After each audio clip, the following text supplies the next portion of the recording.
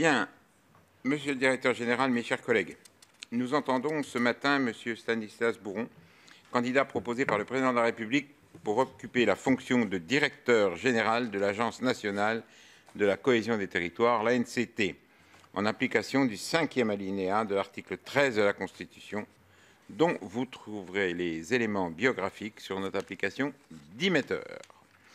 Comme vous le savez, cette nomination ne peut intervenir qu'après l'audition de la personne pressentie devant les commissions compétentes de l'Assemblée nationale et du Sénat.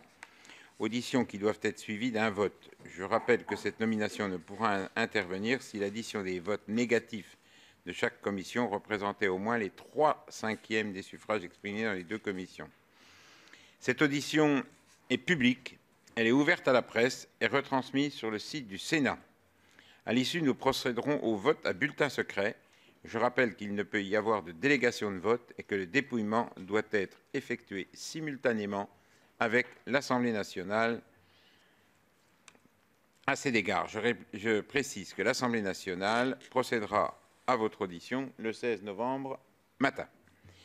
Je rappelle aussi que si vous êtes devant nous aujourd'hui, c'est parce que le Sénat a souhaité prévoir l'audition du directeur général pressenti de l'ANCT par les commissions permanentes compétentes du Parlement, dans le cadre d'une proposition de loi organique qui avait été adoptée conjointement à la proposition de loi ordinaire portant création de la NCT. Il s'agit de la loi organique du 26 juillet 2019 relative à la nomination du directeur général de la NCT. Je vais sans attendre passer la parole à notre rapporteur, que je salue, qui va conduire votre audition. Vous pourrez ensuite nous présenter votre candidature et nous faire part de vos motivations avant de répondre aux premières questions du rapporteur, puis mes collègues sénateurs vous interrogeront à leur tour pour une séquence de questions-réponses. Je vous remercie. La parole est au rapporteur. Merci, Monsieur le Président. Monsieur le Directeur Général, mes chers collègues, je me réjouis de cette audition et suis heureux de pouvoir exprimer les premières interrogations de notre commission. Interrogations sur l'adéquation de votre profil avec les fonctions auxquelles le Président de la République vous destine comme directeur général de l'ANCT. Interrogation également sur votre projet pour cette agence dont les missions, comme vient de le rappeler le président Longeau, concernent directement les compétences de notre commission.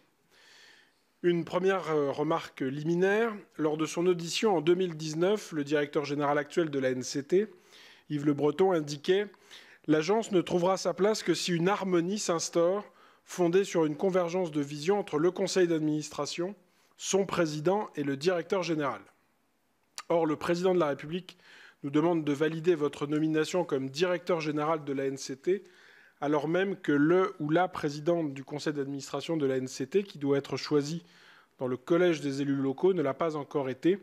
Je parle bien sûr du remplacement de Madame la ministre Caroline Cayeux. Faut-il voir dans la préséance donnée au choix du directeur général sur le choix de la présidence du CA la volonté de l'État de voir le directeur général déterminer les conditions de cette harmonie? Est-ce à dire que le président du conseil d'administration, qui sera un élu local, devra s'adapter à votre vision ou qu'il sera choisi en fonction de sa convergence de vue avec la vôtre? Nous serons extrêmement heureux de vous entendre sur ce point. J'entre maintenant dans le détail des questions que je souhaitais vous poser. Permettez-moi d'abord de revenir sur votre parcours.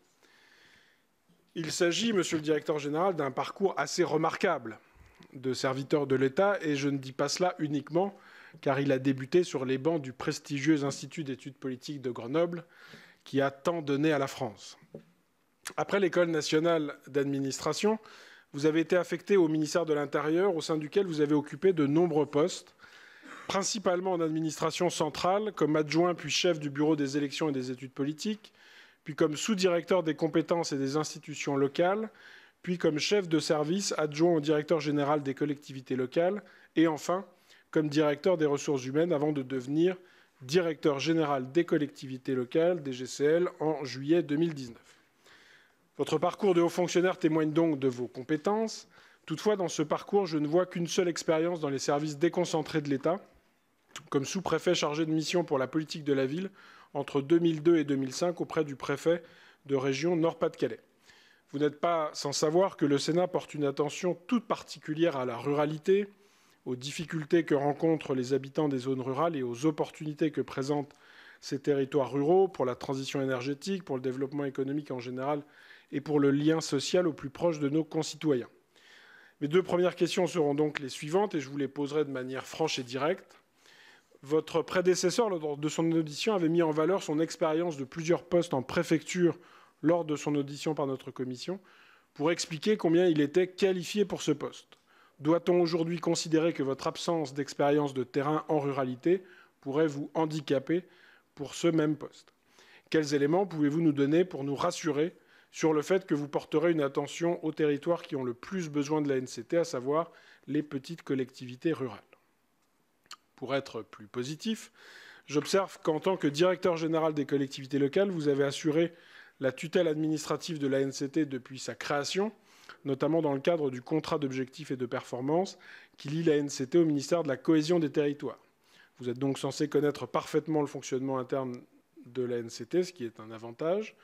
Côté positif également, votre expérience au ministère de l'Intérieur et en particulier à la Direction générale des collectivités nous assure du fait que vous maîtrisez pleinement les ressorts des dotations aux collectivités. Je pense en particulier à la dotation de soutien à l'investissement local, la TSIL, et à la dotation équipement des territoires ruraux, la DETR. C'est un vrai point positif à nos yeux, car vous saurez mobiliser utilement ces dotations dans le cadre de votre action si le Parlement confirme votre nomination. J'en profite donc pour vous poser une question à ce sujet. Quel bilan faites-vous d'ailleurs de l'action de l'agence après ces premières années de fonctionnement?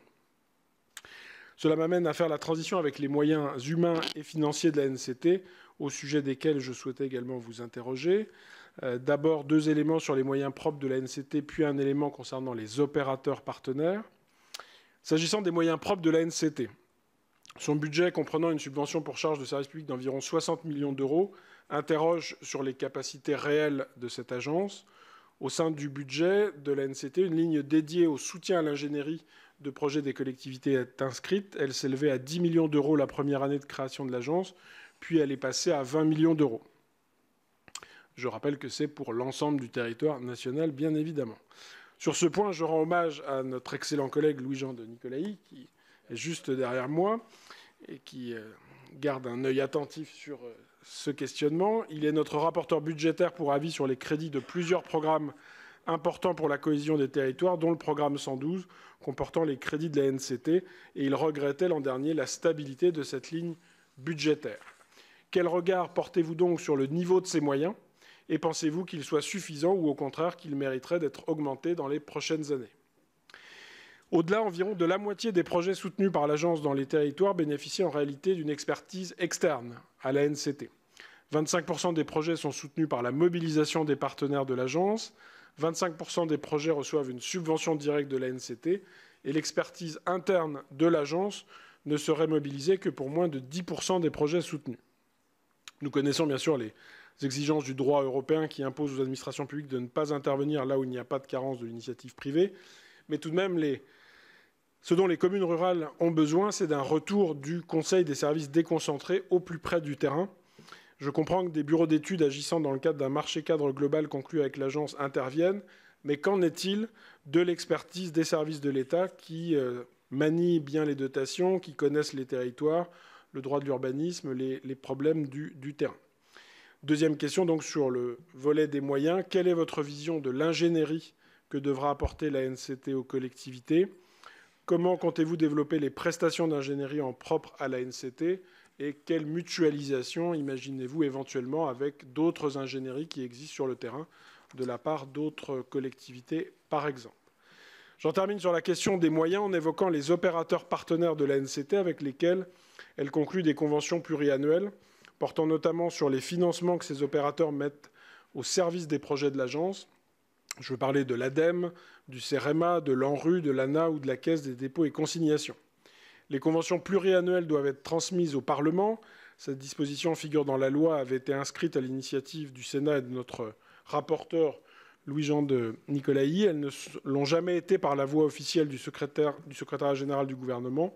En outre, elles semblent peu précises et peu engageantes pour les opérateurs partenaires. Dès lors, dernière question, quel regard portez-vous sur l'engagement des opérateurs partenaires de la NCT? Sont-ils coopératifs selon vous? Comment comptez-vous faire en sorte de respecter la promesse qui avait été faite par le président de la République d'avoir un véritable guichet unique pour les projets des collectivités avec un opérateur comme l'ANCT qui coordonne, voire absorbe les opérateurs de l'État qui interviennent chacun dans leur champ de compétences. C'est un point déterminant pour le fonctionnement et le succès de l'agence. Je terminerai avec une question plus large qui permettra, je l'espère, à mes collègues autour de moi de prolonger les échanges. Notre commission, ces derniers mois, a publié de nombreux rapports d'information au cours donc de cette période, portant sur des sujets variés, tels que le soutien au commerce en milieu rural, la logistique urbaine, les déserts médicaux, les ponts et les ouvrages d'art, sujets majeurs pour nos collectivités, pour la sécurité de nos concitoyens, et beaucoup d'autres encore. Ma question est donc la suivante. Qu'allez donc vous faire de toutes ces bonnes propositions? Allez-vous vous en inspirer? Et finalement, pour voir encore plus largement, quelle est, Monsieur le Directeur Général, votre conception de la cohésion des territoires? Je vous remercie. Merci, Monsieur le rapporteur. Monsieur Bourron, je vous propose de nous dire quelques mots en propos liminaires et de répondre au rapporteur. Et après, je donnerai la parole à mes collègues. Merci. Merci beaucoup, Monsieur le Président. Bonjour, Monsieur le Président, Monsieur le rapporteur, Mesdames et Messieurs les sénateurs. Effectivement, je suis devant vous pour, à la suite de la proposition du Président de la République de me nommer comme directeur général de l'ANCT, et donc soumis à votre accord, évidemment. Et je voudrais, comme vous m'y invitez, peut-être dire quelques mots pour me présenter. Vous avez, Monsieur le rapporteur, merci beaucoup, déjà aimablement donné quelques éléments de mon parcours, et puis évoquer ensuite avec vous les enjeux qui rejoindront par certains aspects les éléments que vous avez pu indiquer, Monsieur le rapporteur, sur la façon dont je vois peut-être les choses à mon niveau pour l'ANCT dans les prochaines années. Tout d'abord, me présenter rapidement. Comme vous l'avez indiqué, Monsieur le rapporteur, je suis administrateur général de l'État depuis une vingtaine d'années. Je suis rentré au service de l'État, disons, au ministère de l'Intérieur, mais je n'ai pas fait exactement que ça. Vous avez raison, j'ai été aussi en établissement public au début de ma carrière, et puis j'ai exercé comme sous-préfet pendant 3 ans, vous l'avez souligné. J'ai effectivement passé beaucoup de temps dans ma carrière au sein de la Direction générale des collectivités locales, une douzaine d'années dans différents postes. J'ai été nommé le 15 juillet 2019, Jacqueline Gourault étant ministre en charge, comme directeur général, et donc j'ai pris les fonctions il y a maintenant un peu plus de 3 ans. Comme vous le savez, cette direction générale, qui est de taille moyenne, 200 agents, s'occupe de différents sujets. Nous travaillons souvent avec vous sur les questions de finances locales, sur les questions de compétences et aussi d'institutions locales, mais aussi sur le statut des élus ou des agents de la fonction publique territoriale. Ça, j'allais dire que c'est le classique de la compétence de la DGCL, sachant que depuis janvier 2020, des compétences nouvelles ont été confiées à la direction générale avec la reprise des missions qui étaient exercées précédemment par le CGET, des missions autour de l'aménagement du territoire et de la politique de la ville. Et donc nous exerçons depuis maintenant donc, près de 3 ans, en lien avec l'ANCT. Mon expérience professionnelle m'a permis de développer plusieurs compétences qui, je pense, pourraient être utiles dans les fonctions de directeur général de l'ANCT. Tout d'abord, je crois, au regard de mon parcours, avoir une bonne connaissance des questions portant sur les relations État-collectivité locale. J'ai pu participer, sous l'autorité des différents ministres, depuis une dizaine d'années, à l'élaboration d'un certain nombre de textes relatifs aux collectivités, en commençant par la loi RCT, mais plus récemment, comme directeur général, la loi Engagement et Proximité et la loi 3DS, qui ont été marquées du sceau de la différenciation. Au-delà de la participation à l'élaboration et à la préparation de ces lois et de leur déclinaison réglementaire, nous travaillons chaque année, effectivement, et c'est la période, sur les questions des finances locales, dans le cadre des projets de loi de finances, mais aussi faisons vivre l'ensemble des dispositifs. Monsieur le rapporteur, vous évoquez les dotations d'investissement, mais c'est aussi toute la mécanique de la DGF dont nous avons la responsabilité et qui nous amène à être en contact courant avec les services déconcentrés de l'État, mais aussi les élus. L'activité de la DGCL ne s'arrête pas à ça. Il faut savoir qu'au quotidien, nous travaillons interministériel pour faire valoir, dans l'élaboration des politiques publiques, le point de vue des collectivités locales et des élus locaux. Évidemment, c'est une sorte de schizophrénie, nous sommes des services de l'État, mais nous devons aussi faire valoir toute l'importance que ces collectivités inscrites dans la Constitution et les compétences qu'elles exercent ont comme effet sur le territoire. Nous répondons aussi à bon nombre d'interrogations, de demandes d'appui, de conseils, d'expertise qui émanent parfois des parlementaires du Sénat, mais aussi des associations d'élus, des préfets qui nous sollicitent beaucoup, et bien sûr aussi des différentes instances dans lesquelles nous siégeons ou dont nous assurons le secrétariat, comme le Comité des finances locales, ou le CNEN, ou le CSFPT. De cette expérience, je crois pouvoir tirer une bonne maîtrise du fonctionnement de l'État, central comme local, des contraintes de l'interministériel, mais aussi et surtout, j'ai été amené à avoir un lien très régulier et j'allais dire constant avec les parlementaires et les représentants des élus au sein de leur association, évoquant à chaque fois des questions et des difficultés rencontrées sur le terrain par les collectivités. C'est une dimension indispensable pour occuper les fonctions de direction de la NCT, notamment de par sa composition, avec 10 représentants d'associations d'élus au sein du conseil d'administration, mais aussi 4 parlementaires, et donc un conseil d'administration et une mission orientée vers les territoires, qu'il s'agisse des collectivités comme des habitants. Concernant l'ANCT, je crois, et vous l'avez indiqué, monsieur le rapporteur, de par les fonctions depuis 2 années de commissaire du gouvernement auprès de l'ANCT, avoir une petite idée de comment elle fonctionne et de ses missions, même si je ne suis pas dedans, j'ai exercé la tutelle. Depuis juillet 2019, j'ai en fait participé avec les ex-équipes du CGET aussi à la création et à l'installation de l'agence. Sa bascule et la fusion vers sa création officielle au 1er janvier 2020. Nous avons accompagné donc activement, pour ce qui concerne mes services et moi-même, à travers la tutelle qui nous a été confiée, la création et le déploiement de l'ensemble des missions de la NCT. Et j'ai participé depuis lors à tous les conseils d'administration auprès de l'ancienne présidente Caroline Cayeux et l'ancien directeur général Yves Le Breton. Et nous avons donc participé à la mise en place de l'ingénierie sur mesure des différents programmes ou du lancement des CRTE. Diriger un établissement public exige aussi des compétences de management et de gestion. Il faut parler réel. Et je crois, de par mon parcours, en ayant été en fonction 2 fois comme directeur d'administration centrale, d'abord des RH du ministère de l'Intérieur, avec une équipe de 500 agents, puis à la DGCL, en charge de 4 programmes budgétaires. Vous avez évoqué les dotations d'investissement qui sont effectivement des sujets très lourds pour nous, mais aussi le suivi du FNAT et des crédits de la politique de la ville depuis 2 ans. Il me semble remplir les conditions pour pouvoir m'occuper d'une direction générale, d'une agence composée de 345 agents de statuts variés et d'un budget qui atteint aujourd'hui, avec les crédits du plan de relance, plus de 150 millions d'euros. Voilà pour mon parcours et les compétences que je pense pouvoir mettre à disposition de l'agence. Si vous me donniez votre accord pour exercer ces fonctions, évidemment, et dans le cadre des orientations fixées par les autorités ministérielles et le conseil d'administration de l'agence, il y aura une feuille de route à déterminer pour les prochaines années, mais à mon niveau et à ce jour, j'identifie déjà au moins 2 enjeux. Le premier, c'est une question de consolidation de l'agence. L'agence n'a que pas tout à fait 3 ans, 2 ans et demi d'existence, dont une période qui a été quand même largement marquée par la crise du Covid, ce qui n'est pas la période la plus simple quand on veut installer une nouvelle structure. Et aussi ensuite le lancement du plan de relance qui a amené à un déploiement, on le verra, d'initiatives très intéressantes, mais qui ont aussi pu amener un certain nombre de difficultés dans le fonctionnement de l'agence. Néanmoins, malgré cela, l'agence a réussi à clairement porter sa mission et à être reconnue comme un ensemblier des politiques territoriales et un facilitateur de projets, comme c'était le projet initial. La fusion, qui n'était pas acquise entre une administration centrale, un service à compétence nationale et un EPIC, les PARECA, a été faite, a été menée et s'est bien passé. Et aujourd'hui, le constat peut être fait que les programmes territoriaux ont été déployés, de nouveaux même ont été lancés, comme Petite Ville de demain.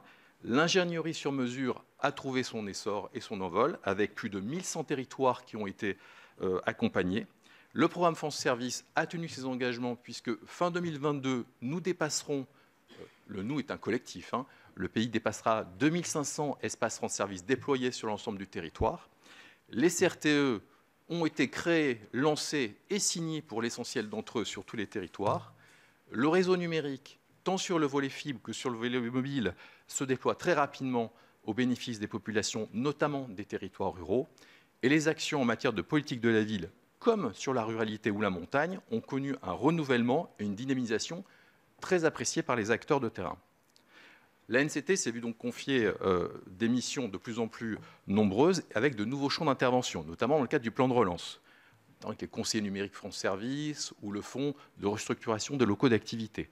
Mais c'est aussi des fonds européens qui lui ont été confiés, notamment le fonds Brexit et d'autres gestions de fonds. Son budget a ainsi doublé en 2 ans. C'est une vraie poussée de croissance, en fait, en très peu de temps à laquelle elle est confrontée. Et cet élargissement mérite sans doute qu'on réfléchisse et qu'on mette en adéquation son organisation interne avec ses moyens et les missions qu'on veut lui confier, tout en gardant l'objectif initial d'un établissement agile et souple, capable de s'adapter et d'être en lien avec le territoire. Il y aura donc des questions, sans doute, dans cette période de consolidation à se poser sur l'organisation interne, en favorisant les mutualisations des moyens et les synergies entre programmes. Il faudra aussi poursuivre, et j'y crois beaucoup, la déconcentration du fonctionnement et l'approche terrain de l'agence.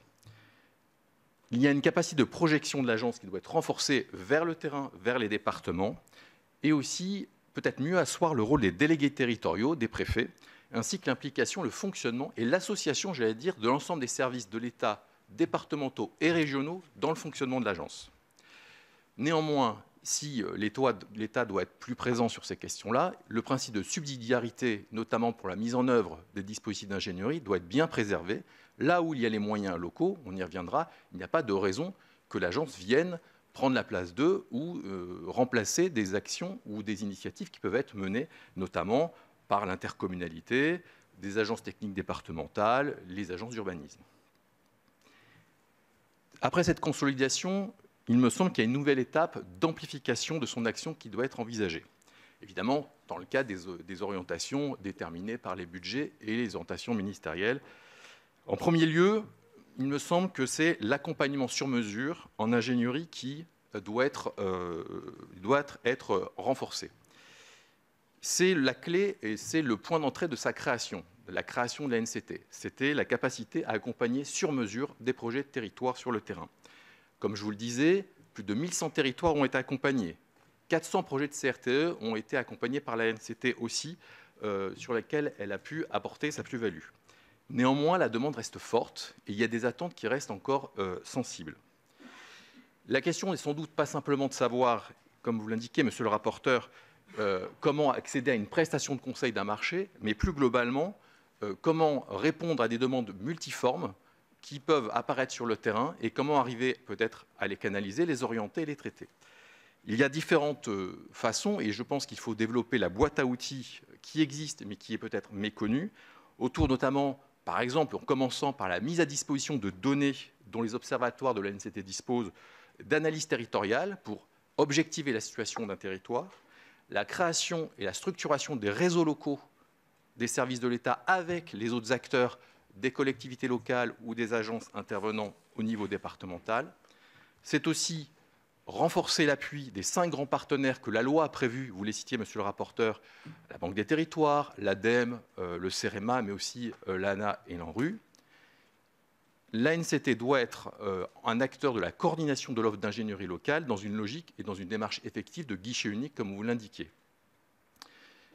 Concernant les programmes, il s'agit de poursuivre leur déploiement, bien sûr, et ils ont connu un grand succès, notamment si on pense à Action Cœur de Ville, Territoire d'Industrie, Petite Ville de demain, qui ont créé des dynamiques territoriales indéniables.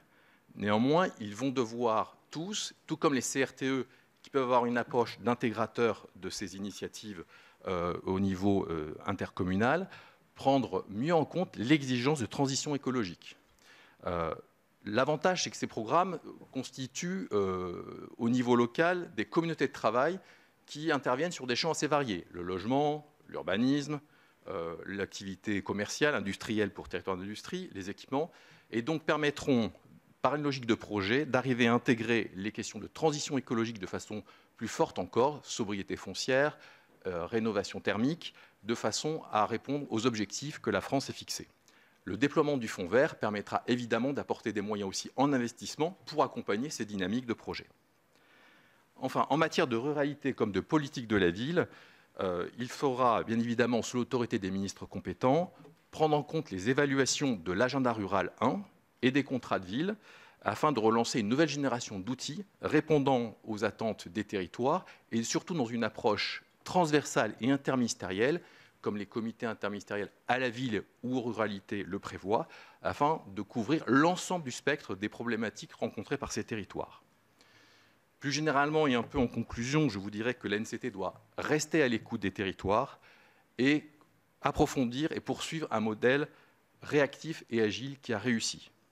Elle doit être capable aussi d'analyser les évolutions à venir des territoires et de proposer des stratégies aux autorités ministérielles comme à son conseil d'administration.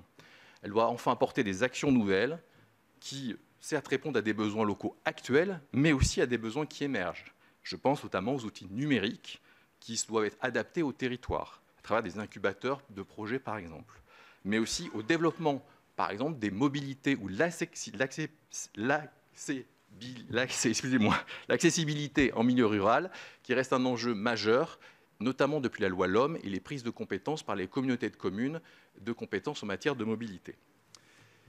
Si ma candidature devait être retenue, j'essaierai de suivre ces orientations, ces enjeux, tout en prenant évidemment en compte les orientations que les ministres et puis que vous m'indiquez aujourd'hui, et apporter mon expérience et mes compétences dans cette action. Voilà, voilà la fin de mon propos, Monsieur le Président, et si vous m'autorisez, je vais peut-être apporter quelques réponses à ce que le rapporteur nous proposait. Tout d'abord, Monsieur le rapporteur, vous évoquez la question du calendrier de désignation de la présidence et de la direction générale. On a une configuration particulière à la NCT qui est que la présidente a quitté ses fonctions de présidence pour rentrer au gouvernement donc au début de l'été, et le directeur général a été nommé quelques semaines après dans de nouvelles fonctions.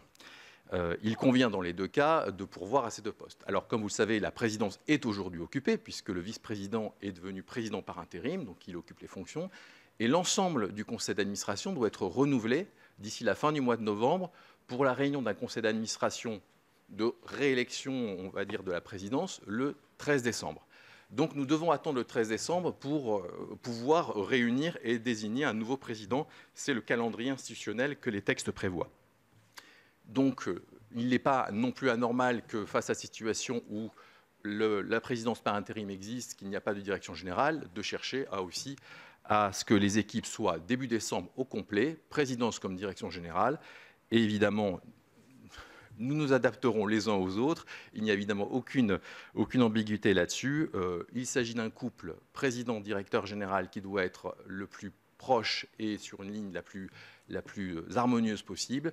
Évidemment, c'est l'objectif partagé, qu'il sera partagé, j'en suis certain. C'est aussi la seule solution pour que l'agence progresse et continue d'avancer dans de bonnes conditions. Vous évoquez dans mon parcours l'absence, ou la faible expérience de terrain, précisément, même si j'ai exercé 3 ans dans le département du Nord, dans des fonctions de sous-préfet à la ville qui, pour une grande partie, dans le département du Nord, quand on parle du sud du Nord, peuvent ressembler parfois à des fonctions qui portent aussi un peu sur la ruralité. Puisque nous avons des territoires en politique de la ville qui ont des configurations qui ne sont pas du tout celles, par exemple, de l'Île-de-France. Ils sont des petites communes ex-ouvrières, si je cite aujourd'hui la commune de Fourmies, par exemple, qui sont aujourd'hui classées en politique de la ville. Je crois donc avoir tiré de ces plus de 3 ans sur ce terrain une expérience très riche de contact d'abord avec les élus locaux, les associations, et d'avoir essayé de porter à mon niveau et dans les moyens qui étaient les miens, un bon nombre de projets pour essayer de faire avancer ces territoires avec l'ensemble des acteurs. Depuis lors, j'ai toujours gardé une très grande attention à toutes les questions qui naissent du terrain. Je suis sans doute quelqu'un qui vient plutôt de la centrale, comme on dit dans notre jargon. Néanmoins, je suis pour beaucoup lié à un ministère qui est le ministère de l'Intérieur, qui est le ministère aussi des Territoires, qui est en lien constant avec les sous-préfets, les préfets. Et comme je vous le disais, nous passons beaucoup de temps à informer les services déconcentrés des actions que nous menons pour les collectivités locales GCL et à être en remontée permanente des difficultés rencontrées. Et depuis au moins 2019, nous travaillons très couramment avec les secrétaires d'État ou les ministres en charge des ruralités, Joël Giraud par exemple, Madame Faure aujourd'hui, tout comme ceux en charge de la politique de la ville, au regard de nos compétences maintenant à la DGCL en matière d'aménagement du territoire et de politique de la ville.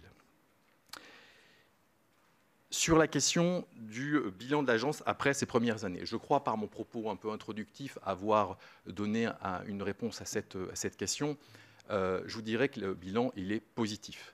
L'agence a réussi dans des conditions très particulières que je crois que tout le monde doit se remémorer, en partant d'une situation très délicate, la fusion de 3 établissements, de 3 structures de nature très différente, avec des missions très différentes.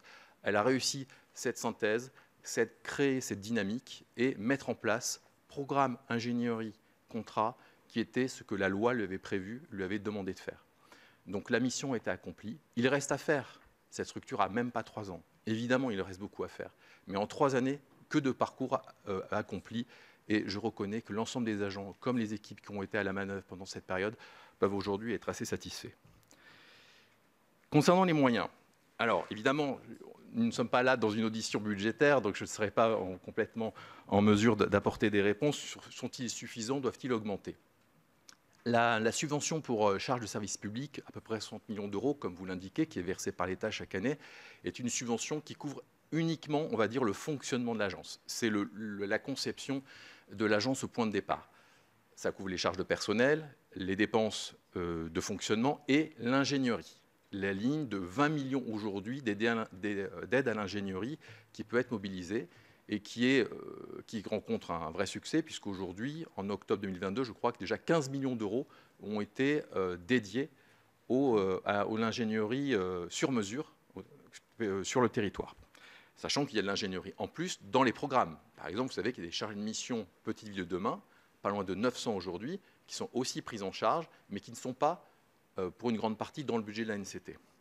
La particularité de l'ANCT, effectivement, c'est que ça n'est pas une agence qui, comme l'ANRU, a, on va dire, agrégé l'ensemble des financements extérieurs et ensuite les redéploie. C'est une agence qui reste une agence de mission, avec un budget modeste, et qui a un rôle de coordination d'autres acteurs. Quand on voit le système de Action Cœur de Ville, en fait, les grands acteurs du financement, des 5 milliards du programme, sont Action Logement, l'ANA, par exemple, d'autres acteurs, l'État, évidemment, à travers ses dotations d'investissement, mais ce ne sont pas des financements qui sont dans l'agence. Donc c'est une particularité dans sa constitution qui la rend effectivement assez atypique, mais qui la rend légère, c'est-à-dire qu'elle n'est pas inscrite dans des structures de gestion, dans une logique de gestion. Néanmoins, la question des moyens, sont-ils suffisants ou pas?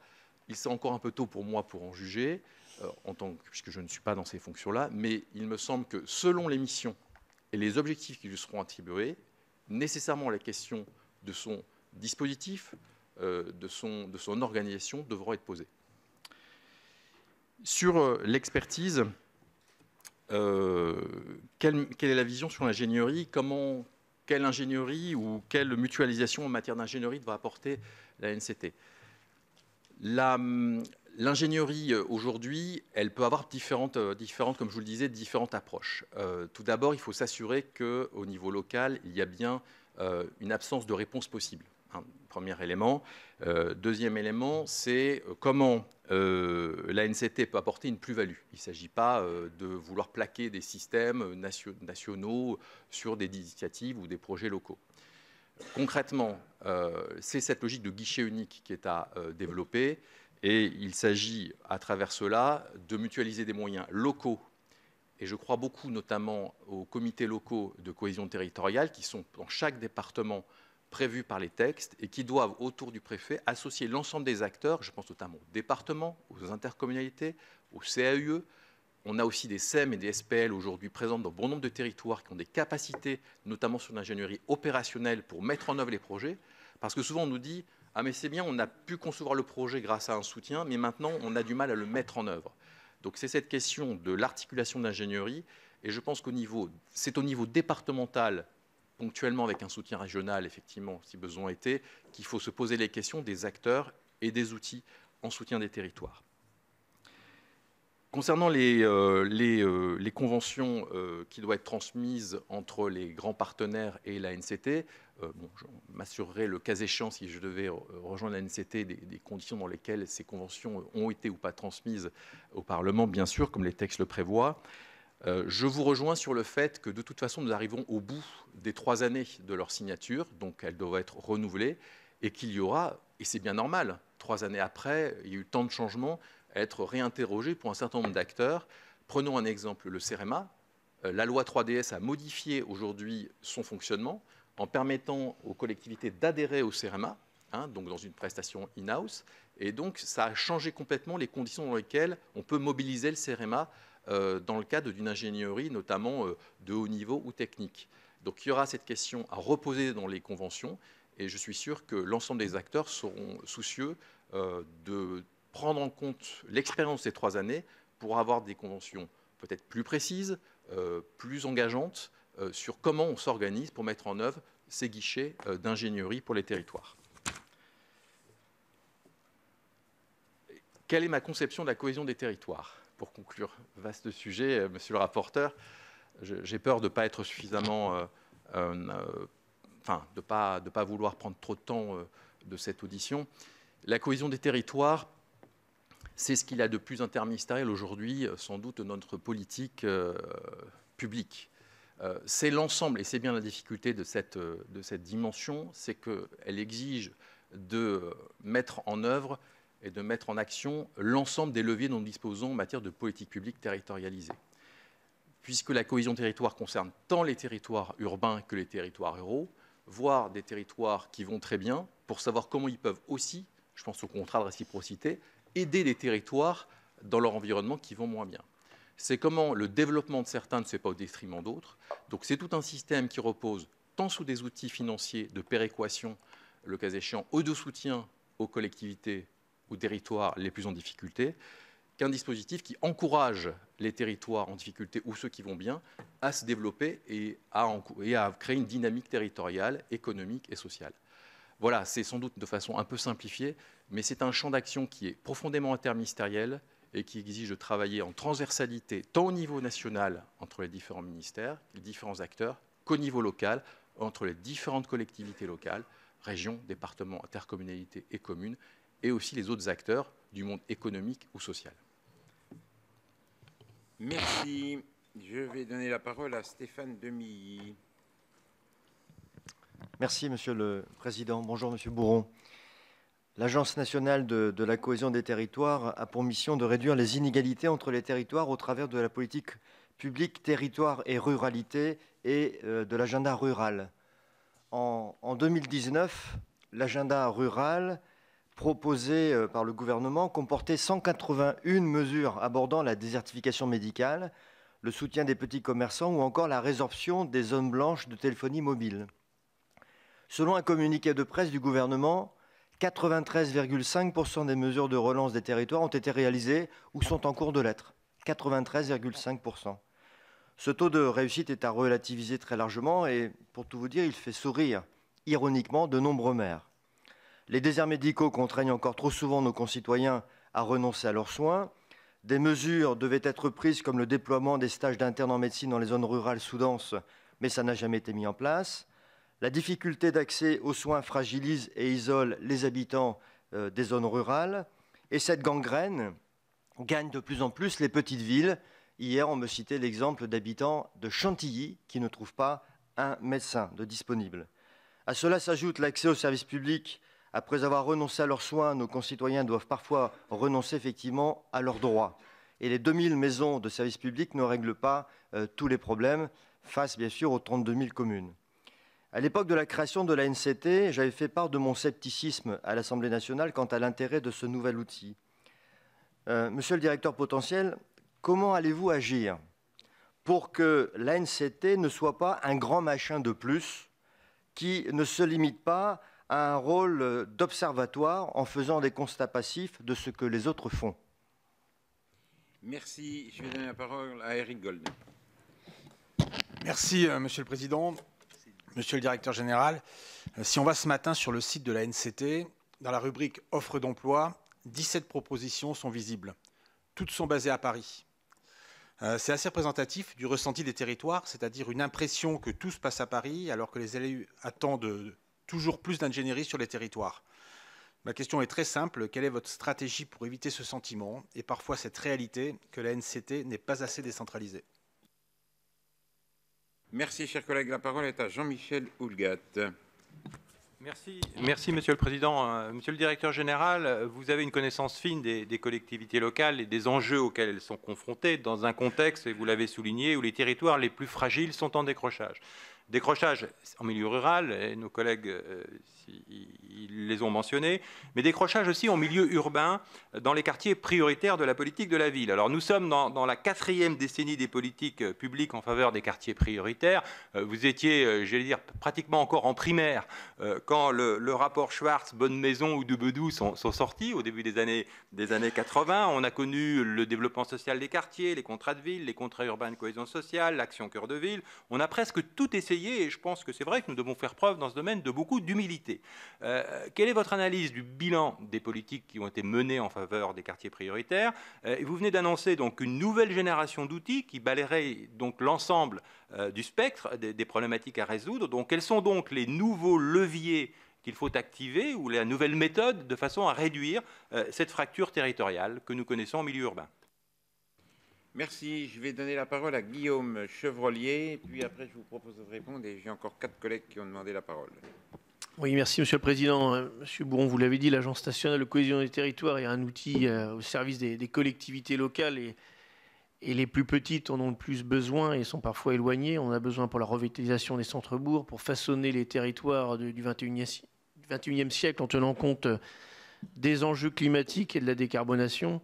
Alors la question, c'est comment mieux soutenir les territoires les plus ruraux, les plus fragiles, qui ont un fort besoin d'ingénierie. Vous avez parlé d'accompagnement sur mesure, c'est effectivement ce qu'il faut faire, donc vous serez très attendu sur ce point-là.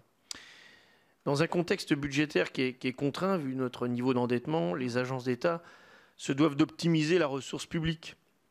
Et à cette fin, quelles propositions vous formulez pour mieux coordonner, mieux mutualiser les actions qui sont menées par la NCT, qui sont également menées par l'ADEME et le CEREMA, et qui parfois sont des actions qui se chevauchent, et parfois pire, où il y a double emploi. Donc vous avez évoqué les conventions, mais quelle stratégie vous souhaitez avoir pour vraiment limiter et optimiser cette coordination entre les agences d'État? Merci. Merci. Et je vous propose de répondre à mes collègues de Milly, Gold, Houllegatte et Chevrollier. Merci. Merci beaucoup, Monsieur le Président. Alors, Monsieur le sénateur Demilly, alors sur la question de l'agenda rural, alors je vous trouve un peu dur, même si je crois que vous avez souligné un point qui ressort et qui est très objectif, c'est la question autour de la santé, la problématique médicale, qui est d'ailleurs un sujet qui aujourd'hui ne touche plus que le monde rural et qui est en train de se déployer ailleurs. J'ai entendu des propos notamment de la ministre en charge indiquant qu'on avait quand même 80% du territoire qui rencontrait de près ou de loin des difficultés d'accès à la santé. Je serai très modeste, hein. Je ne crois pas que la NCT pourra régler à elle seule les questions sur la démographie médicale. Néanmoins, on sait bien qu'aujourd'hui, une bonne partie des initiatives locales autour des maisons de santé contribuent dans bon nombre de territoires à réduire les difficultés, voire parfois à recréer une dynamique pour attirer dans des pôles qui correspondent aux attentes des professionnels de la santé, notamment avec une mutualisation des moyens, avec différents types de métiers de santé, infirmières, kinés et puis médecins au même endroit. Donc on voit qu'il y a des outils. La loi 3DS a aussi ouvert un certain nombre de dispositions facilitant pour les collectivités locales les recrutements et la mise en place de ces maisons de santé et leur financement. Donc on voit qu'il y a des actions qui peuvent être menées, que l'agence peut aussi, à travers son ingénierie, aider au portage, et puis après, il y a les crédits d'investissement de l'État qui peuvent intervenir pour déployer ce type de projet en lien avec les ARS. Sur l'accès aux services publics, plus globalement, je crois qu'il faut quand même reconnaître qu'aujourd'hui, on est à plus de 95% de la population qui a un accès, quand même dans des délais très courts, à un espace France Service. Évidemment, ça ne vient pas contredire l'accès aux communes qui, elles aussi, ont un maillage d'hyper-proximité. Mais on sait qu'on a un niveau de prestation aujourd'hui avec les 9 grands opérateurs de France Service très attractif, qui permettent de répondre à bon nombre de questions sur le quotidien des usagers, des administrés. Et 80% des sujets qui sont posés dans ces espaces sont aujourd'hui traités directement et intégralement dans ces espaces. Ce qui veut dire que ce n'est pas un renvoi vers quelqu'un d'autre. Évidemment, parfois, le sujet est très complexe. Il y a forcément à renvoyer vers, je sais pas, la CPM ou la CAF. Mais dans la plupart des cas, il y a une proximité vis-à-vis des habitants et une capacité à répondre, à apporter une réponse de proximité. La NCT ne sera pas un grand machin de plus si je dois être directeur général. Mon parcours m'amène à avoir une vision assez différente des choses et je ne crois pas qu'elle l'est aujourd'hui et je ne crois pas qu'elle le deviendra. personne n'y a intérêt et vous pouvez compter en tout cas sur mon engagement pour qu'elle ne prenne pas ce chemin-là si je devais prendre les fonctions de directeur général. Sur les questions de décentralisation des moyens, le sénateur Gold, alors aujourd'hui la NCT, 345 postes on va dire, vous en avez effectivement une soixantaine qui sont hors de Paris. À peu près 20% d'effectifs aujourd'hui de l'NCT n'est pas à Paris. Il se trouve où? Vous avez une localisation à Lille, les agents qui travaillent dans ce qu'on était l'ancien EPARECA. Vous avez des localisations ensuite dans les massifs, c'est les commissariats de massifs qui sont rattachés à la NCT et qui travaillent au plus proche, notamment pour toute la thématique autour de la montagne ou des ruralités en montagne. Faut-il aller plus loin dans la décentralisation ou le transfert de moyens? Il peut y avoir des débats. À mon sens, aujourd'hui, avec les systèmes de visioconférence, de télétravail, les moyens de transport, c'est autant la question de la capacité de projection que la question d'être présent à temps plein sur le terrain. La capacité d'avoir des référents territoriaux mieux identifiés, plus nombreux, et qui sont capables d'aller sur le terrain rencontrer les acteurs locaux aux côtés du préfet ou du DDT, c'est ça, à mon avis, l'enjeu. C'est ça qu'il faut déployer. Il y a déjà une petite équipe aujourd'hui. Mon sentiment, au jour où je vous parle, c'est qu'il faut aller plus loin là-dessus et avoir des profils qui soient des profils de gens qui peuvent aller en contact du terrain, soutenir les projets, habiter le cas échéant sur le terrain, en l'occurrence sur ces territoires ou pas. Le sujet, à la limite, est peut-être pas le plus important. L'important, c'est cette capacité de projection des moyens de soutien vis-à-vis des territoires. Monsieur le sénateur Houllegatte, sur les questions des milieux urbains. Les bilans sur les actions politiques de la ville, alors je ne remonterai pas jusqu'aux années 70 et 80, effectivement, on a engagé, et sous l'autorité des ministres en charge, un certain nombre d'évaluations des contrats de ville qui s'achèvent. Vous savez que les contrats de ville, comme un centre de zonage, s'achèvent à la fin 2023. Donc nous sommes dans une phase où l'ensemble, notamment des territoires, ont été interrogés pour faire remonter leur analyse, leur bilan de ce qui fonctionne, de ce qui fonctionne moins bien. Un certain nombre de choses apparaissent. Par exemple, la question des nouveaux projets et des nouveaux programmes comme les cités éducatives, les cités de l'emploi sont salués et reconnus comme très utiles. Le zonage des QPV est considéré comme assez pertinent, même s'il y a encore des efforts à faire pour le rapprocher d'autres zonages, notamment d'éducation nationale. Un point apparaît à ce stade, c'est la question de l'association des populations dans les quartiers populaires et leur participation aux actions. C'est un point qui remonte aujourd'hui du terrain. Cette synthèse est en train d'être faite. Évidemment, il y a un ministre en charge de ces affaires-là qui prendra ensuite les décisions nécessaires et les orientations seront prises par le gouvernement. Néanmoins, je peux déjà vous dire que les efforts qui sont autour des sujets que la NCT gère, puisque la NCT est quelque part une lointaine successeuse de la DIV, la délégation interministérielle à la ville, et donc a une compétence forte et des effectifs très impliqués sur les questions de politique de la ville, et ont porté beaucoup de projets qui ont connu, comme je vous disais, Cité éducative, Cité de l'emploi, un vrai succès.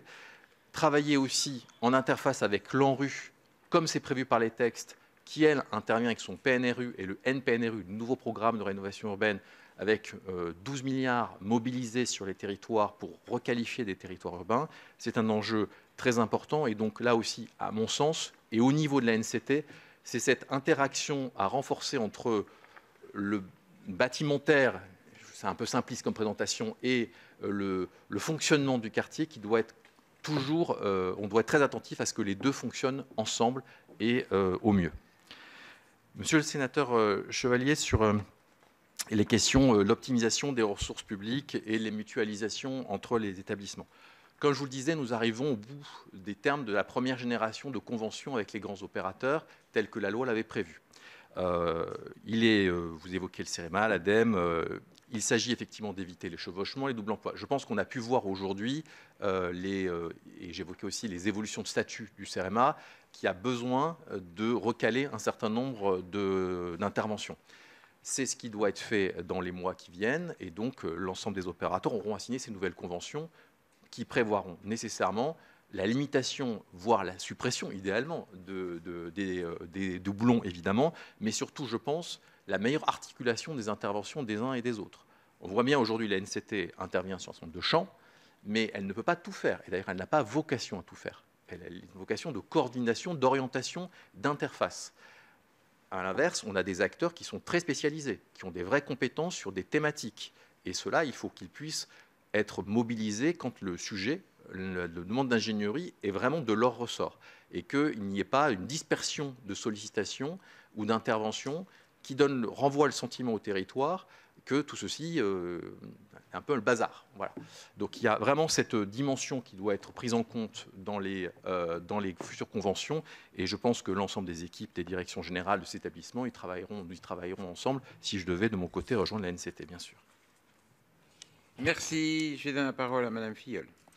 Oui, je vous remercie, Monsieur le Président. Monsieur Bourron,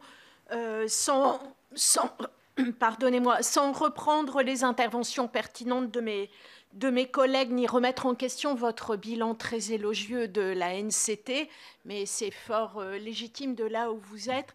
Je voulais reprendre les éléments de M. Houlgate pour dire qu'aujourd'hui, en matière d'aménagement du territoire, le sentiment d'un certain nombre d'élus que nous sommes est bien que la politique d'aménagement du territoire est un empilement de programmes, je crois dans le budget pas moins de 29, la juxtaposition de dispositifs, mais on a du mal à voir ce qu'on peut appeler aujourd'hui, on appelle couramment un récit, où on ne voit pas quelle est l'exigence qui est la vôtre d'égalité ou de recherche d'égalité des territoires.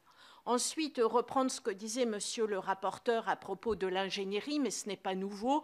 C'est vraiment la demande qui est la demande prégnante de tous les élus, aussi bien pour ce qui concerne la rénovation énergétique des bâtiments que l'accélération des énergies renouvelables sur lesquelles nous travaillons.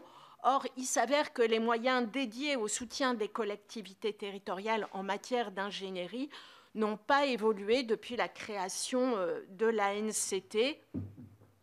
Et hors dispositif Action Cœur de Ville ou Petite Ville de demain, eh bien, finalement, le nombre de communes qui est touché est quand même relativement faible. Et donc, enfin, troisième élément, je voulais vous poser une question beaucoup plus précise sur la question de l'inclusion numérique, puisque la NCT a été chargée de déployer le dispositif des aidants numériques et va continuer à l'être, puisqu'on annonce une deuxième vague d'aidants numériques. Et je voulais vous faire connaître l'inquiétude donc des aidants numériques aujourd'hui en poste, mais également des grandes associations, grandes structures qui en ont recruté sur le devenir, la pérennisation de ces postes, et vous faire savoir également que ces dispositifs apparaissent bien, j'allais dire anodins, mais peut-être est-ce que je suis excessive, par rapport à l'ampleur de la tâche, puisqu'on dit qu'aujourd'hui 50% des Français ne maîtrisent pas tous les dispositifs numériques d'accès en particulier à leurs droits. Comment est-ce que vous allez compléter ces dispositifs? Merci, chers collègues. La parole est à Monsieur Gillet. Merci, Monsieur le Président, Monsieur le Directeur général. Je vous ai écouté avec beaucoup d'attention. Tout d'abord, au préalable, je suis toujours surpris dans le cadre de ces auditions parce qu'il nous manque toujours des éléments d'appréciation par rapport à l'engagement personnel que vous aurez au sein de la NCT, si bien sûr les votes vous sont favorables. À savoir qu'on n'a pas eu de communication d'une feuille de route qui nous permettrait vraiment de définir quels sont les attendus aujourd'hui au travers de votre poste, alors qu'on est à un moment clé, quelque part, comme vous l'avez souligné, puisqu'il y a un passé, il faut reprojeter la NCT par rapport à des nouveaux enjeux. Et donc, ces enjeux, vous l'avez, vous, exprimé, mais la structure en elle-même ne l'a pas exprimé ou ne nous les a pas communiqués. Ce qui est des éléments un peu manquants, si vous voulez, pour pouvoir juger véritablement de votre positionnement. Mais vous avez apporté quelques éclairages sur le sujet. Je voudrais revenir sur l'un d'entre eux, en l'occurrence. Il me semble que l'évaluation, aujourd'hui, n'est pas suffisamment partagée au niveau de l'agence nationale. Vous savez toujours qu'on est dans des discours ultra positifs à un moment donné, quand on veut vendre quelque part une structure qui est quand même relativement nouvelle. Mais il faut avoir une approche critique au sens très positif du terme. Donc regarder ce qui a marché, ce qui n'a pas bien marché, et regarder comment on peut se projeter. Vous avez souligné quelques aspects par rapport à ça, mais pour ce qui nous concerne, nous n'avons pas de document véritablement d'évaluation aujourd'hui qui nous permettrait de juger si cette évaluation est suffisamment partagée aussi sur l'ensemble des territoires.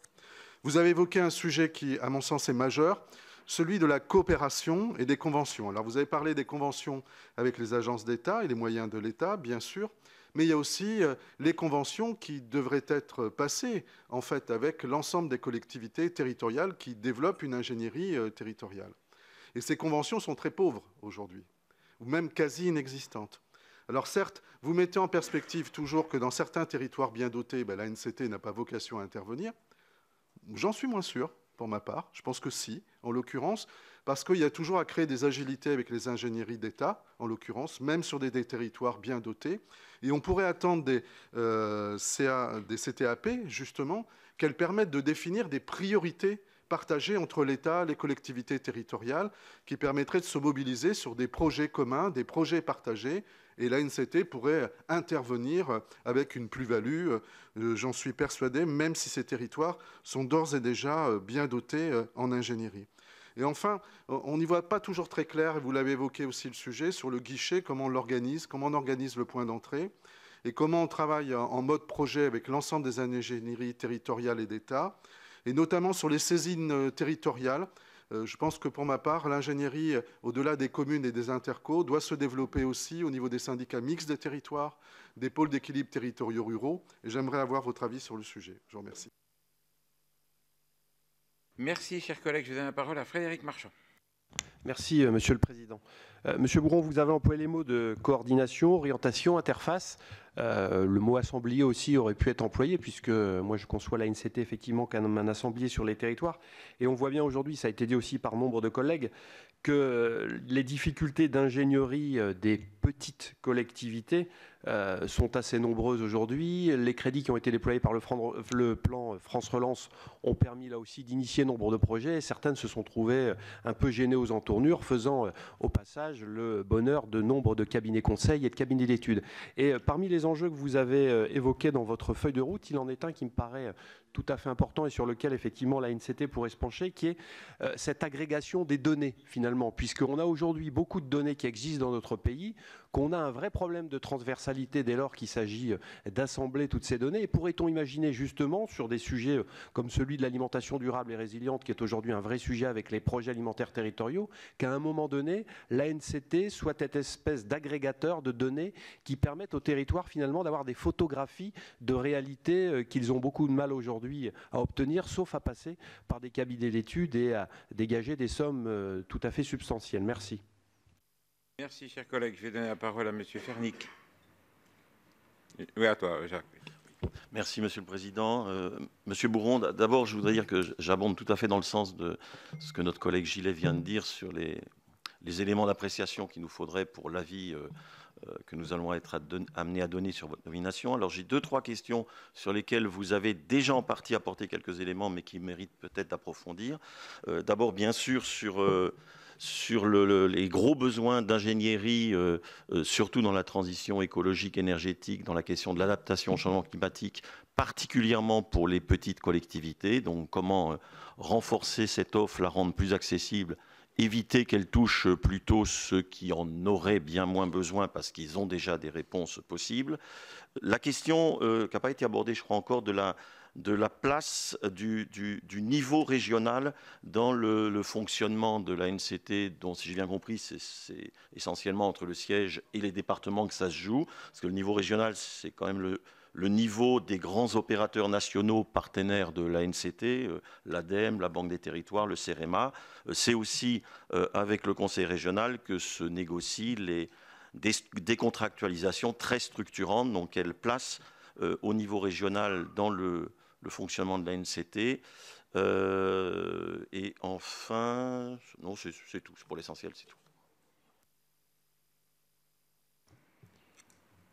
Je vais donner la parole à Renaud Dantec. Merci, Jacques. Oui, merci, Monsieur le Président. Je voudrais peut-être vous réentendre, vous en avez un tout petit peu parlé, c'était un peu elliptique, sur les moyens dédiés par la l'ANCT à la transition écologique et énergétique. Nous allons discuter cette semaine au Sénat, notamment, du développement des énergies renouvelables, en remettant les territoires au cœur de cette stratégie, ce qui veut dire que ces territoires vont devoir être finement accompagnés, par exemple, sur la définition des zones propices à ce développement. Tout cela va nécessiter beaucoup de moyens humains dans les territoires. Il en faudra aussi beaucoup sur la rénovation énergétique. Il en faut donc énormément. Alors là, vous dites les SEM, dans certains cas, pourront intervenir. J'ai bien entendu votre propos, mais on ne voit pas quand même les SEM elles-mêmes définir les zones propices. Alors, Madame Borne, puisque vous avez parlé d'investissement sur le fonds vert, dans les échanges qu'on a pu avoir avec elle, évoque l'idée qu'une partie du fonds vert ne soit pas de l'investissement, mais du fonctionnement. C'est quelque chose qui semble ouvert. Aujourd'hui, on en rediscutera en loi de finances. Donc, comment voyez-vous le dimensionnement réel des moyens humains de la NCT avec des enjeux qui ne sont pas méta, c'est-à-dire qui sont à l'échelle de chaque projet, et c'est à l'échelle de chaque projet qu'aujourd'hui, les communes et les petites intercommunalités n'arrivent pas à trouver les moyens humains. Donc là, j'aimerais vous réentendre sur ce point, en lien évidemment avec l'accompagnement sur les CRTE comme contrat intégrateur, point sur lequel, a priori, nous sommes plutôt en accord. Merci, chers collègues. Je vais donner la parole à Jean-Claude Anglard, qui va vous parler, je pense, des aires médicaux. Merci, Monsieur le Président. J'avais deux questions. Vous avez parlé, heureusement, des commissariats de massifs. Et donc, je voulais avoir un peu votre point de vue sur le sujet, sur l'organisation telle qu'ils sont aujourd'hui, l'évolution qu'ils devraient avoir, notamment en lien avec les préfets de département. Mais c'est votre sentiment là-dessus. Première question. Et deuxième question, c'est par rapport au fonds vert. Vous en avez parlé. Moi, je milite pour que le fonds vert soit, notamment par rapport à un sujet qui nous préoccupe et qui préoccupe beaucoup les maires, qui est la sobriété foncière, ou plutôt les ZAN. Et donc, je pense que sur la sobriété foncière, on doit avoir une politique volontariste. Et je fais partie de ceux qui militent pour que le fonds vert soit à la main des préfets, non pas sous forme d'appel à projet, mais au préfet pour que les élus des collectivités locales puissent rapidement rentrer dans le sujet de la sobriété foncière, notamment à travers la reconquête des bourgs, centres, des villages, etc. etc. Merci. Merci, Monsieur Bourron. Je vous laisse le soin de répondre à mes collègues. Merci beaucoup, Monsieur le Président. Alors, Madame Fial, vous évoquez les questions d'empilement de programmes, effectivement de démultiplication de programmes. Alors, il est vrai qu'il y a un certain nombre de programmes. La logique de programme s'est beaucoup déployée ces derniers temps. C'est une question qui, je pense, pourra trouver des éléments de réponse dans le déploiement des CRTE. Les CRTE doivent viser, parce qu'on sait que certains sont plus avancés que d'autres dans la réalité de ce qu'ils contiennent, à être des contrats intégrateurs, avoir une dimension intégrée, le projet de territoire sur soit l'intercommunalité, soit un ensemble d'intercommunalités qui se sont regroupées pour faire ce contrat. Et donc avoir une idée de comment on imagine et comment on s'inscrit dans le temps sur ce territoire. Et c'est là les programmes qui interviennent par exemple sur la ville-centre, ou sur, avec PVD, des communes périphériques, ou sur territoire d'industrie, sur une partie du territoire, parce qu'il y a effectivement conjonction parfois des territoires et des zones d'intervention. Ce contrat doit essayer d'avoir cette dimension de transversalité pour faire vivre l'ensemble de ces dispositifs. Après, on peut comprendre aussi que ces programmes qui correspondent à une politique publique donnée, correspondant à des difficultés remontées du territoire et partagées par un certain nombre d'acteurs, ont du sens.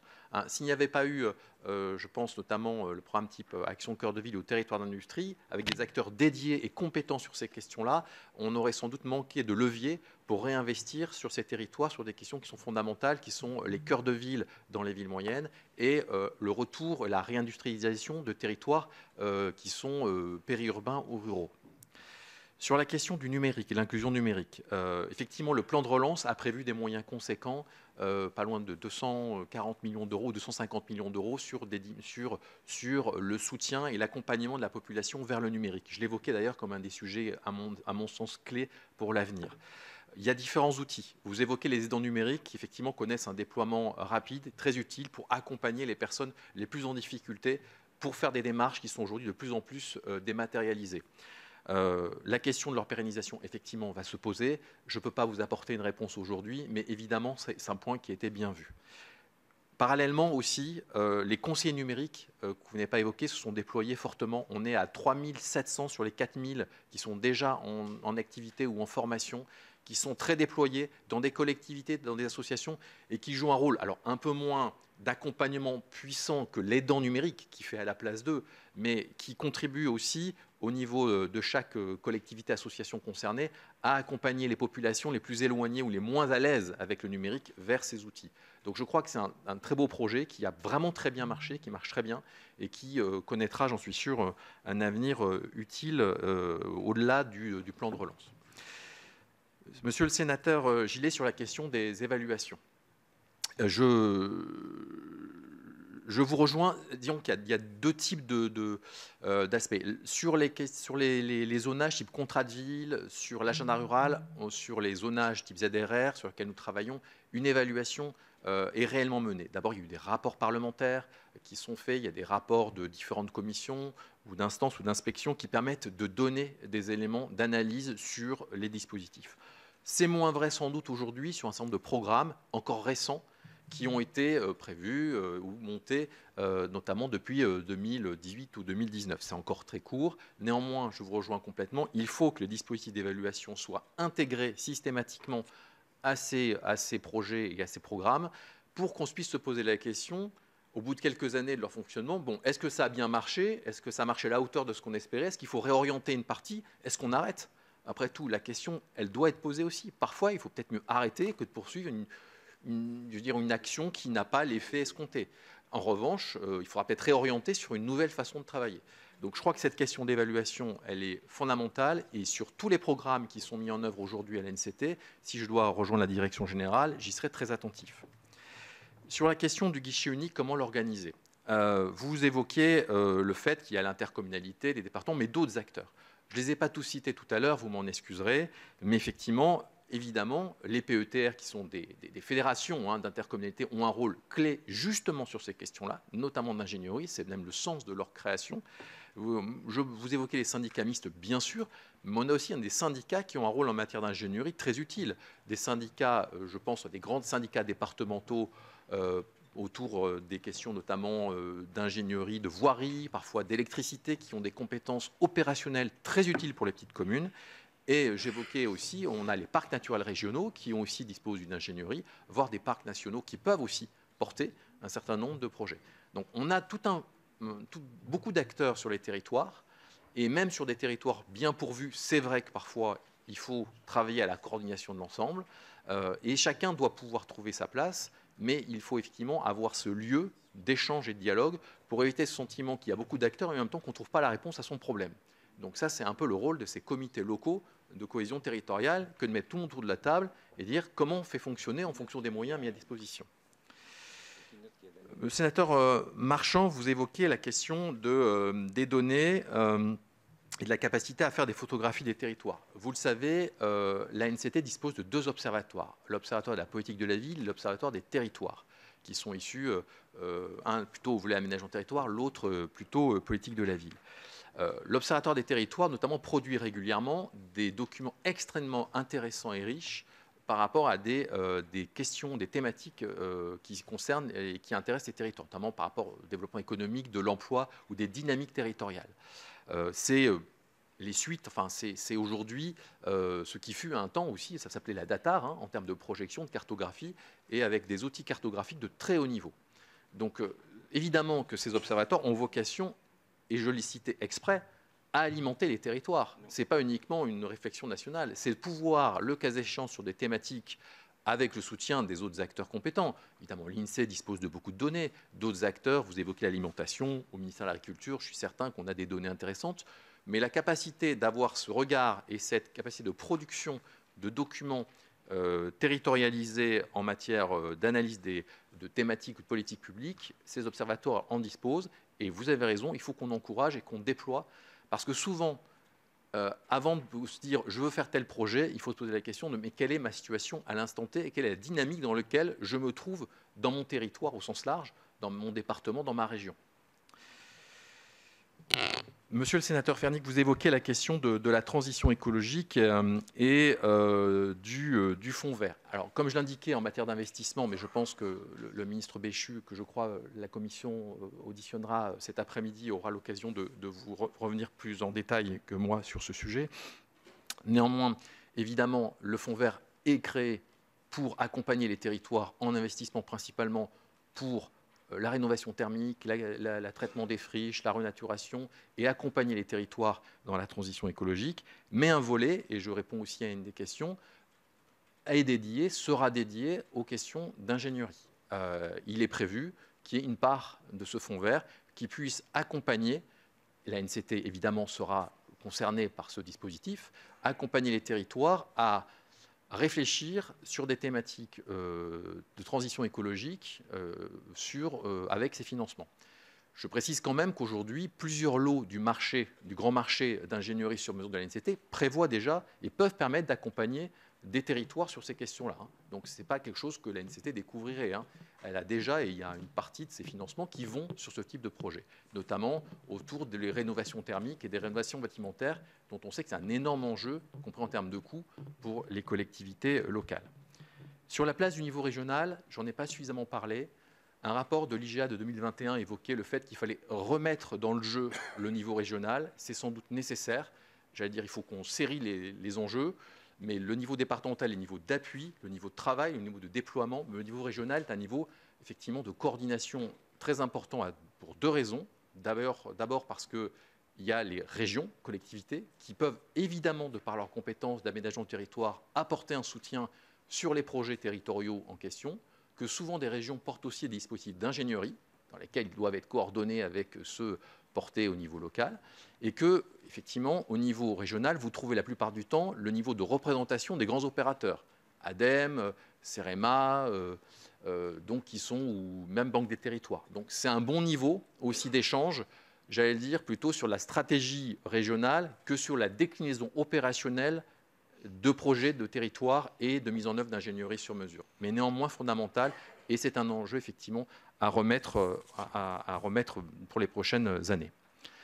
Monsieur le sénateur Dantec, vous évoquez sur le fonds vert la question d'une partie réservée à l'ingénierie. Je crois y avoir répondu. Effectivement, c'est le sens des travaux que, au titre de la DGCL à l'instant T, auxquels nous participons, portés par le ministère de la Transition écologique et de la cohésion des territoires, qui est d'avoir cette dimension, réserver une partie de ces financements pour accompagner les territoires dans cette transition. Et l'enjeu, il est effectivement au niveau local, en réinterrogeant sans doute pour certains d'entre eux les CRTE, parce qu'on sait que certains ont été signés de façon assez rapide, que peut-être des enjeux n'ont pas été complètement identifiés et qu'il est intéressant de les réinterroger pour faire valoir toutes les questions de transition écologique dans le projet qui a été validé. Et l'accompagnement, je reviens à ce que je disais à l'instant, effectivement de l'État et collectif peut passer effectivement par le soutien de la NCT à cette réinterrogation du CRTE, contrat intégrateur, sur la question de la rénovation thermique, par exemple, de la sobriété foncière, qui est un élément important avec la mise en œuvre du ZAN à moyen terme, et de toutes ces thématiques, notamment de lutte contre l'érosion, de lutte contre aussi l'artificialisation des terres. Monsieur le sénateur Anglars, alors tout d'abord les commissariats de massifs. Je les ai évoqués effectivement parce que ce sont les bras armés d'une politique notamment qui était le programme Avenir Montagne, qui est en cours de déploiement, qui connaît un vrai succès, notamment avec une dimension d'investissement, une dimension d'ingénierie. Et les commissariats de massifs, évidemment, j'ai en tête, même si je ne suis pas en proximité immédiate, mais au moins quelques-uns qui ont contribué largement à l'identification des sites et au bon déploiement de cette politique. Donc leur rôle est vraiment très utile et je considère qu'ils ont évidemment un bel avenir devant eux au regard des enjeux d'évolution d'un certain nombre de territoires en montagne, notamment sur les évolutions en matière de tourisme, de formes de tourisme, et des évolutions des modèles économiques qui sont extrêmement importantes, notamment pour la moyenne montagne, et qu'il faut accompagner ces territoires dans cette transition de leur modèle économique, dont ils ont pris conscience, mais qui est quand même très complexe et qui prend beaucoup de temps et qui passe par un travail avec un soutien typiquement apporté par les commissariats de massifs. Sur le fonds vert, je crois effectivement avoir répondu sur le contenu. Sur la mise en œuvre, le ministre Béchu pourra répondre évidemment à vos questions, mais il est clair que le sujet aujourd'hui, effectivement, enfin, il est préconisé et proposé, pardon, que ce soit un fonds déconcentré, donc mis en œuvre par les préfets, mais le ministre pourra mieux apporter que moi les réponses à cette question tout à l'heure, je pense, Monsieur le Président. Je vais donner la parole à Louis-Jean de Nicolaï. Oui, merci Monsieur le Président. Je ne souhaite pas intervenir puisque, étant membre du conseil d'administration de l'ANCT, je ne voulais pas être jugé parti. Je laisse à mes collègues le soin de choisir, même si je voterai. Je voulais juste dire un mot. D'abord, je remercie l'ensemble des collègues des interventions qui me permettront, au niveau du conseil d'administration, de faire part de leurs souhaits, notamment d'éclaircissements de certaines politiques.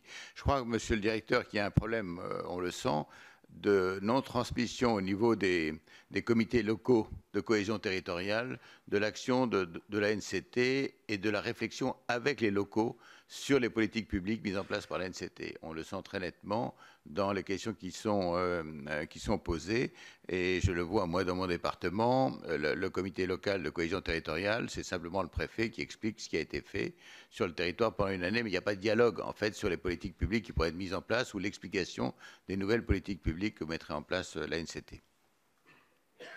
Mais j'ai été ravi du travail avec vous. Merci, Monsieur le Sénateur. Sur ce sujet, en fait, je pense que ça revient à la question du format du guichet unique. C'est toute la question qui est à poser. Le guichet unique, c'est un peu un concept, mais comment on fait vivre concrètement, c'est à partir du besoin issu du territoire. Le travail au niveau départemental, il faut qu'il y ait une porte d'entrée unique. La porte d'entrée, c'est le délégué territorial et ses équipes. C'est déconcentré de l'État, c'est le préfet, mais le préfet ne peut pas faire ça tout le temps nécessairement. Est-ce qu'il faut désigner un sous-préfet référent, un DDT adjoint référent, clairement identifié, qui est le point d'entrée.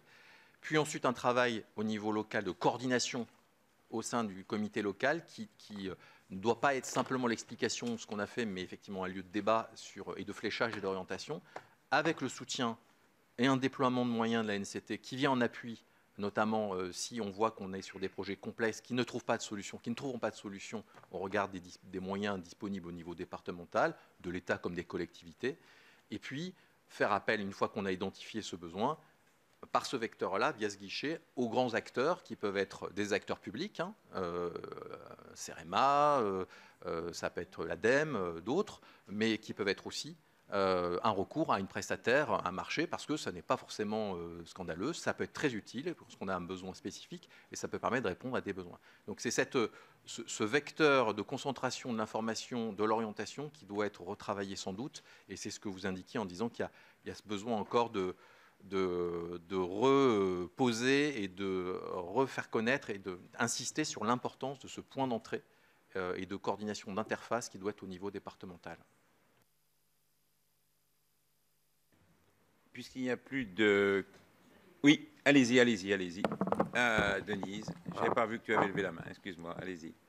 Oui, Monsieur Bourron, je voudrais, moi, dire que la NCT, effectivement, s'appuie sur des services dans nos territoires, parfois même des services qui appartiennent au département, comme les agences techniques départementales, les CAUE, mais qu'elle s'appuie sur des services qui, ces dernières années, ont été beaucoup, et ça a été dit par mes collègues, beaucoup dépourvus de moyens humains, nuisant à leur réactivité et à leur efficacité dans l'accompagnement des communes. Je pense au DDT, je pense à l'ANA, crédit de rénovation thermique, je pense au CEREMA, à l'Office national de la biodiversité, à l'ONF. Pensez-vous que dans le projet de loi de finances 2023, on peut espérer que s'arrête cette hémorragie qui a consisté ces dernières années à supprimer beaucoup d'emplois dans ces services? Par ailleurs, s'agissant des maisons France Service, ce que nous entendons beaucoup de la part des élus dans nos territoires, c'est que cette subvention de 30 000 euros, cette aide financière de 30 000 euros venant de l'État pour le fonctionnement de ces maisons de France Service est véritablement insuffisante. Pensez-vous qu'elle va être augmentée dans les années à venir et peut-être au PLF 2023? Et pensez-vous surtout qu'elle va être pérennisée? Merci. Je vais donner la parole à Denis Saint-Pierre, m'excusant parce que je n'avais pas vu que tu avais demandé la parole. J'étais la première à demander la parole, Président. Donc, on va gagner du temps parce que ma question ne sera plus une question, Monsieur le Directeur Général, puisque mes collègues et d'entre elles, Monsieur le rapporteur, a évoqué la question que je souhaitais vous poser. Donc, je ne vais pas vous demander de réponse, on va gagner du temps. Je voulais évoquer ce qui a été longuement évoqué, la porte d'entrée unique pour l'ingénierie. Donc, vous y avez répondu très, très longuement sur son organisation, sur sa durabilité. L'important, c'est qu'elle continue à perdurer. Et vous avez même rajouté une dimension qui est celle de la coordination avec les autres services, etc. Donc, vous y avez répondu. Je ne vous demande pas de reformuler vos réponses. Par contre, moi, je souhaite vous dire, Monsieur le Directeur Général, je suis d'accord avec mes collègues quand ils vous ont posé la question, il faut évaluer toutes les politiques qui sont initiées sur les territoires, c'est vrai. Par contre, lorsque vous serez Directeur Général de l'ANCT, travaillez peut-être quand même sur un indice de décrochage des petits territoires ruraux. Parce que je pense, pour ma part, que ce n'est pas la peine de dire il faut encore des fonds supplémentaires, etc. Il faut élargir les territoires. Ce n'est pas la peine d'aider ceux qui n'en ont pas besoin, c'est-à-dire ceux qui n'ont pas réellement de difficultés. Par contre, pour les autres petits territoires, moi je suis très soucieuse, ayez un indice de décrochage pour être vigilant et tirer la sonnette d'alarme quand vraiment des territoires vont complètement décrocher du système. Et c'est là que l'ANCT a toute sa place. Je vous remercie, Président. Merci. Je vous laisse répondre à Mme Varaya et à Mme Simpé. Merci, Monsieur le Président. Alors, sur les sujets du PLF 2023 et des moyens, alors, qui dépassent le champ quand même de mon champ d'intervention, je pourrais simplement vous dire ceci sur les services, en tout cas territoriaux, donc de l'État, services déconcentrés de l'État. Il y a un engagement depuis au moins 2 ans, en tout cas pour ceux que je connais bien, c'est-à-dire côté ministère intérieur, il n'y a plus de baisse d'effectifs, voire il va y avoir quelques renforts. Donc on est, voilà, la réduction des effectifs dans les services déconcentrés, notamment dans les préfectures, est finie depuis maintenant plusieurs années.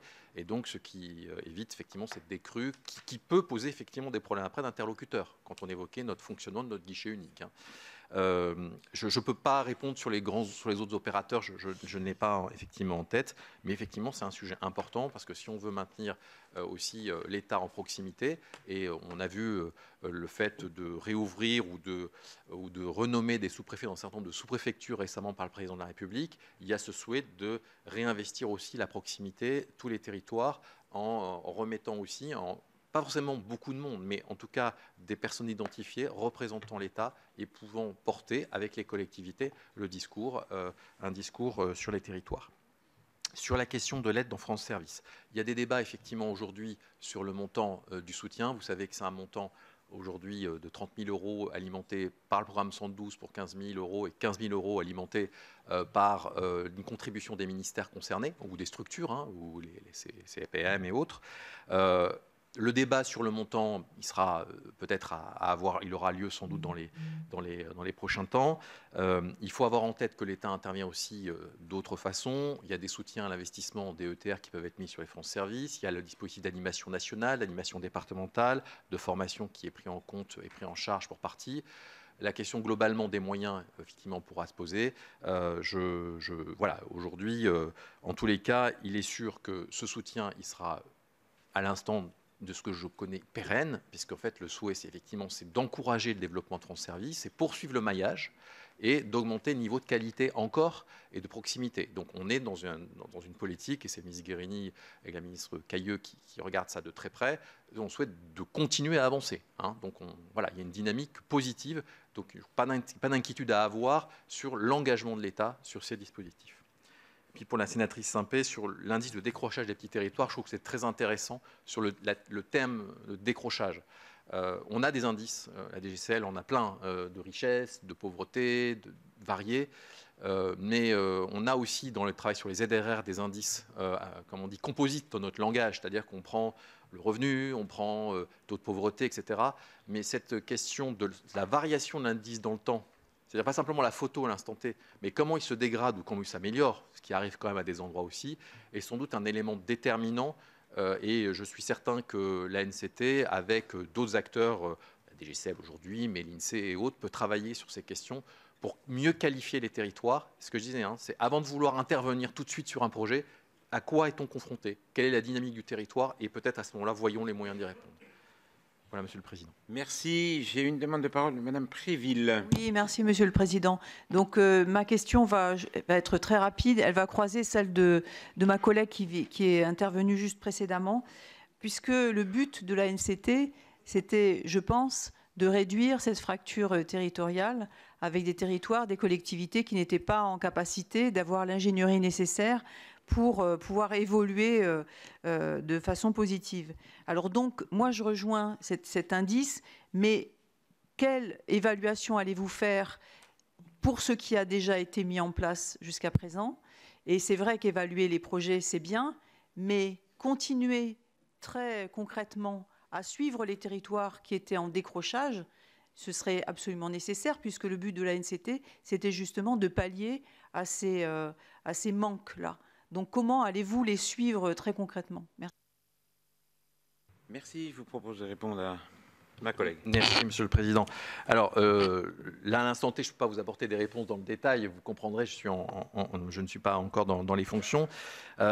Sur l'évaluation, je l'indiquais, il y a des dispositifs qui sont déjà soumis à l'évaluation et pour lesquels on aura des données qui pourront être soumises d'ailleurs au Parlement et aux sénateurs lorsqu'on reviendra avec, le cas échéant, un nouveau dispositif. Forcément. Je pense notamment à tous les sujets autour des contrats de ville, les questions autour des zonages. On a des éléments d'évaluation. D'ailleurs, les rapports sénatoriaux, je pense sur les ZRR, ont travaillé sur des éléments de bilan. Par contre, les programmes plus récents, je répète, la NCT n'a pas 3 ans complète. Donc, sur les programmes plus récents, pour certains qui est daté d'un peu avant la NCT, je pense notamment à Action Cœur de Ville qui a démarré en 2018-19.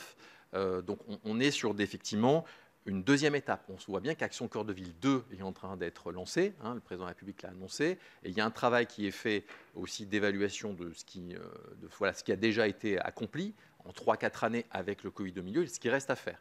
Donc, il y a toute une dimension aussi d'évaluation qui est mise en œuvre, mais peut-être qui est faite sans complètement toujours être formalisée.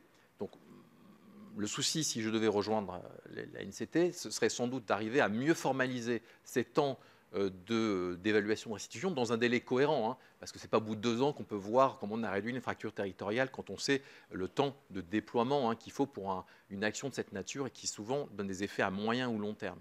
Néanmoins, savoir déjà comment la dynamique s'est créée, comment les outils ont été mis en place, comment les acteurs s'en sont emparés, ça peut se faire au bout de quelques années. Et donc, c'est vraiment nécessaire qu'on ait ce temps d'évaluation régulière des programmes nationaux mis en œuvre.